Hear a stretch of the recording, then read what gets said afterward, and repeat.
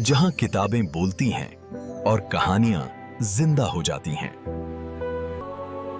नमस्कार। क्या बिजनेस में कामयाब होने का कोई सीधा साधा फॉर्मूला होता है? तो आज हम इसी सवाल का जवाब ढूंढने की कोशिश करेंगे एक किताब के जरिए जिसका नाम है सफल बिजनेस के फंडे। देखिए, ये कोई भारी भरकम बिजनेस बुक नहीं है। ये असल में अखबार में छपे हुए कॉलम्स का एक कलेक्शन है जो रोजमर्रा की छोटी छोटी कहानियों से बिजनेस के बहुत बड़े सबक सिखाती हैं। तो चलिए बिजनेस की कामयाबी के इन फंडों में जरा गहराई से उतरते हैं। चलिए इस सफर की शुरुआत एक बहुत ही गहरी बात से करते हैं जो इस किताब की प्रस्तावना में लिखी है। लॉरेंस टर्न कहते हैं कि ज्ञान की भूख दौलत की भूख जैसी ही है, जितनी मिलती है उतनी ही और बढ़ती है। ये लाइन इशारा करती है कि सीखने का कोई अंत नहीं है। तो आज हम ज्ञान के इसी समंदर से कुछ ऐसे मोती निकालने की कोशिश करेंगे जो किसी भी बिजनेस के लिए बहुत जरूरी हैं।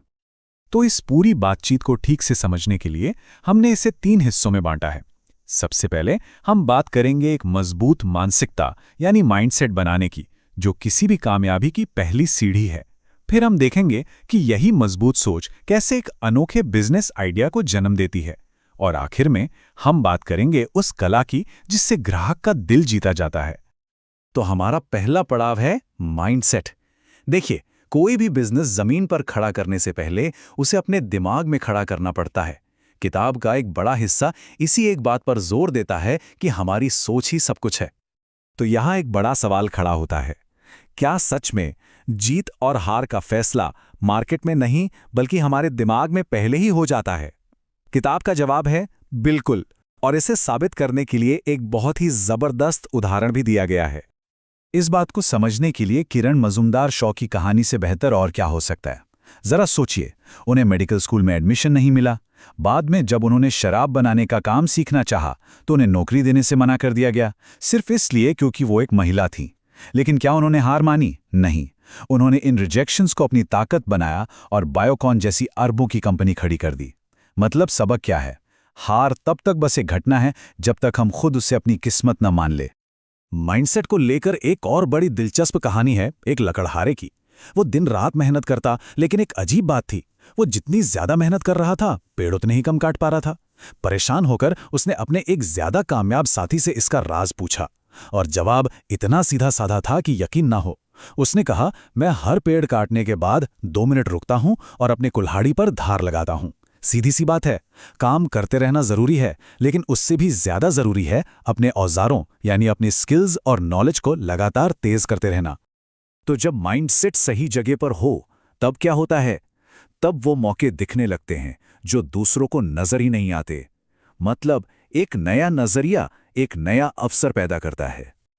इसे समझने के लिए रायपुर के 2 MBA दोस्तों की कहानी एकदम परफेक्ट है। उन्होंने एक बड़ी सिंपल सी चीज नोटिस की कि शहर के पॉश इलाके में जो लोग रहते हैं, जिनके पास बड़ी बड़ी गाड़ियां हैं, उन्हें फल खरीदने के लिए भीड़-भाड़ वाले मेन मार्केट में जाना पड़ता है। पार्किंग की इतनी झंझट होती है कि वे अक्सर टाल देते हैं। तो इन दोस्तों ने क्या किया? उन्होंने बस इसी एक प्रॉब्लम का सोल्यूशन निकाल दिया। उन्होंने उसी पॉश इलाके में फलों की एक दुकान खोल दी जहां पार्किंग की कोई टेंशन नहीं थी। और सिर्फ यही नहीं, उन्होंने दुकान पर न्यूजीलैंड की कीवी और अमेरिका के सेब जैसे फल भी रखे और लैपटॉप पर ग्राहकों को उन फलों के फायदे भी बताते थे। एक छोटी सी दुकान देखते ही देखते एक कामयाब बिजनेस बन गई।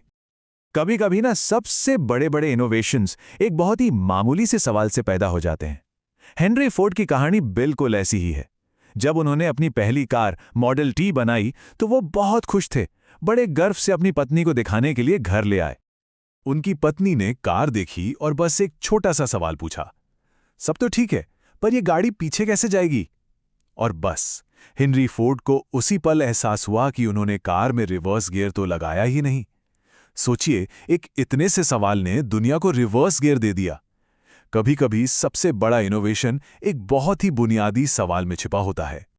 चलिए अब बात करते हैं उस चीज की जिसके बिना एक अच्छा माइंडसेट और एक शानदार आइडिया दोनों अधूरे हैं, और वो है ग्राहक।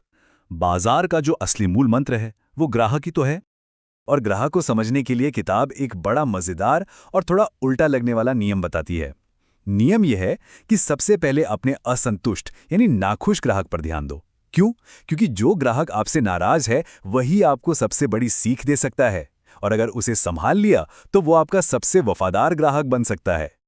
इसकी एक कमाल की मिसाल है राजस्थान के ग्राहक की कहानी।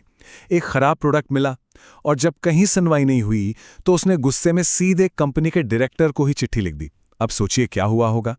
हैरानी की बात यह है कि कंपनी ने 75 किलोमीटर दूर से एक सेल्समैन को भेजा, किसी और काम के लिए नहीं, सिर्फ और सिर्फ उसकी शिकायत सुनने के लिए।